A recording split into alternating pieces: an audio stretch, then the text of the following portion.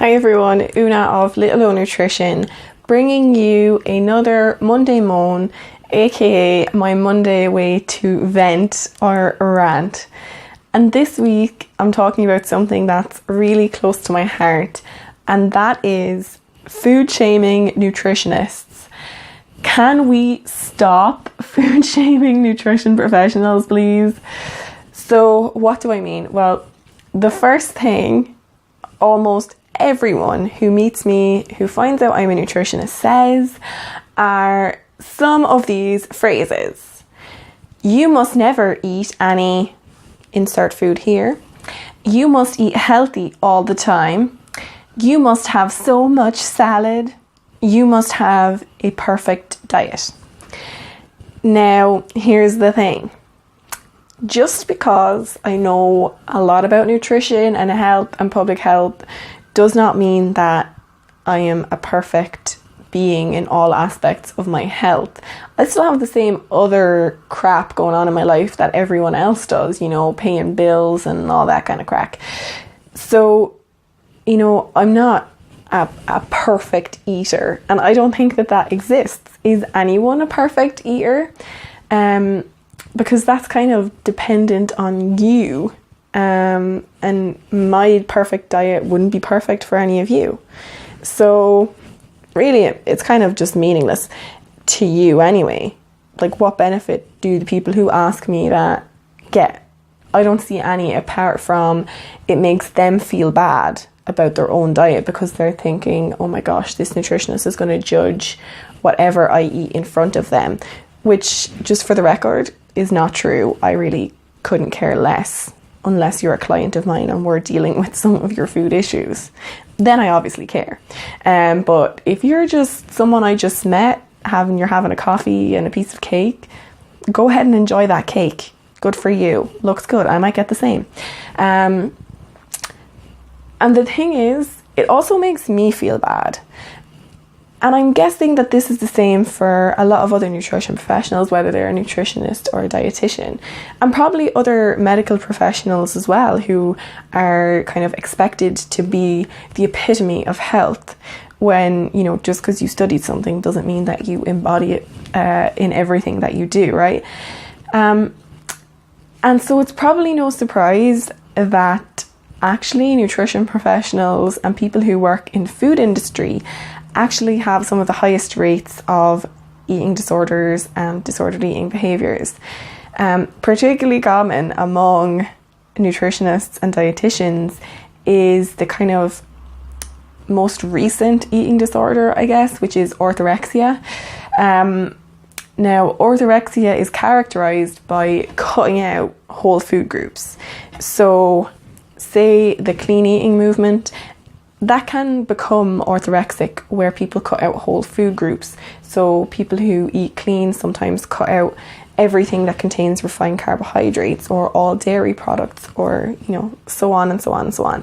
And the same thing can therefore happen to nutritionists or dietitians, because when we eat in public, people say, oh, you aren't going to have any crisps, or you aren't going to have any cake, or you obviously won't have dessert or ice cream or fizzy drink. And so what happens is, and I'm speaking from experience, when people say these things for me and I'm going to eat with these people now or in front of them and they're going to see what I'm eating, it makes me super self-conscious, because as a nutritionist, especially if you work in private practice like I do, you are the business. You're the face of the business all the time. And when people perceive you as being a perfect eater, a healthy person, and they see you eat a big old slice of cheesecake, that can change their interpretation of you, even if that interpretation is incorrect. So it can make me feel really self-conscious. And obviously I try to overcome that, because I am an intuitive eater and I try to do what's right for me at that moment. And I know that, sometimes cheesecake is right for me at that moment. And I know that I should make my food choices based on myself and not what other people think. But if it's going to affect your business, it makes you a bit more concerned. The other thing is, by saying things like that, we kind of then tiptoe around our behavior. So I might not eat cheesecake when I'm out in that cafe where two people came up and said, oh, hey, you're a nutritionist, right? Blah, blah, blah. But then I might stop at the shop on the way home and pick up a cheesecake and end up eating the whole thing. Now, that's never happened. I'm just kind of exaggerating this to show how it can kind of snowball into something a bit more serious. So what I'm kind of talking about is secret eating, because I may feel like I can't eat certain foods in public because people know I'm a nutrition professional and I don't want people to think that I'm a phony. So I'm going to keep eating those unhealthy foods in secret away from people where they won't see me. And that behavior is really negative, and it can very quickly and very easily spiral into a massively disordered relationship with food. And that's not helpful for me, for other colleagues of mine, or for clients of ours. And then the other issue I take with it is it perpetuates this myth that there is such a thing as a perfect eater, as the ultimate healthy eater, as someone who has the willpower and the motivation to eat well all the time. All these kind of things they just mean nothing. A healthy diet includes a range of foods that are processed, foods that are fresh, foods that are not prepared at home, a mix of all the foods, whether they are, healthy or unhealthy in the eyes of the population. Cutting out foods, like I said, can lead down a really dangerous road, and having an issue with food is unhealthy. Being afraid to eat cheesecake in public is not healthy. So, what can you do?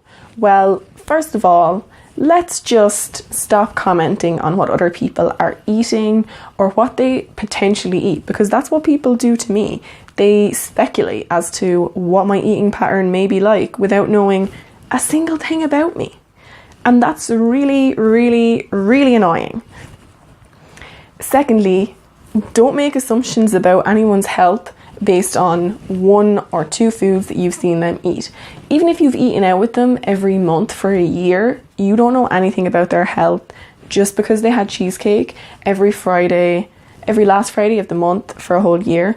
They can still be perfectly healthy because, hello, we eat in the context of a whole diet, not single foods or meals.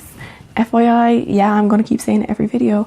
And as well, let's not put pressure on people to be perfect eaters. We're using all these labels, we have picky eaters, we have good eaters, we have like carnivores, and just all these words that we use that are labeling but don't actually tell us anything about that person or anything about them, and like I say, are generally not actually that accurate. I was called a picky eater before because I don't like eggs. Eggs and raw onion are like the only things I don't eat, so for me I felt like it was a bit harsh to call me a picky eater because I dislike certain things, but swings and roundabouts, I guess. So let's keep our eating habits our own. I eat food that suits me and my body and my needs, and I hope that all of you will do the same and honour your own bodies and your own hunger and fullness cues, because nobody else can tell you those things. Nutrition is individual, and give us nutritionists a break. If you want to read some things that you might not but should know about nutritionists, I will link to my blog below and you can check that out. If you like the video, please subscribe and tell your friends. Talk to you later, guys.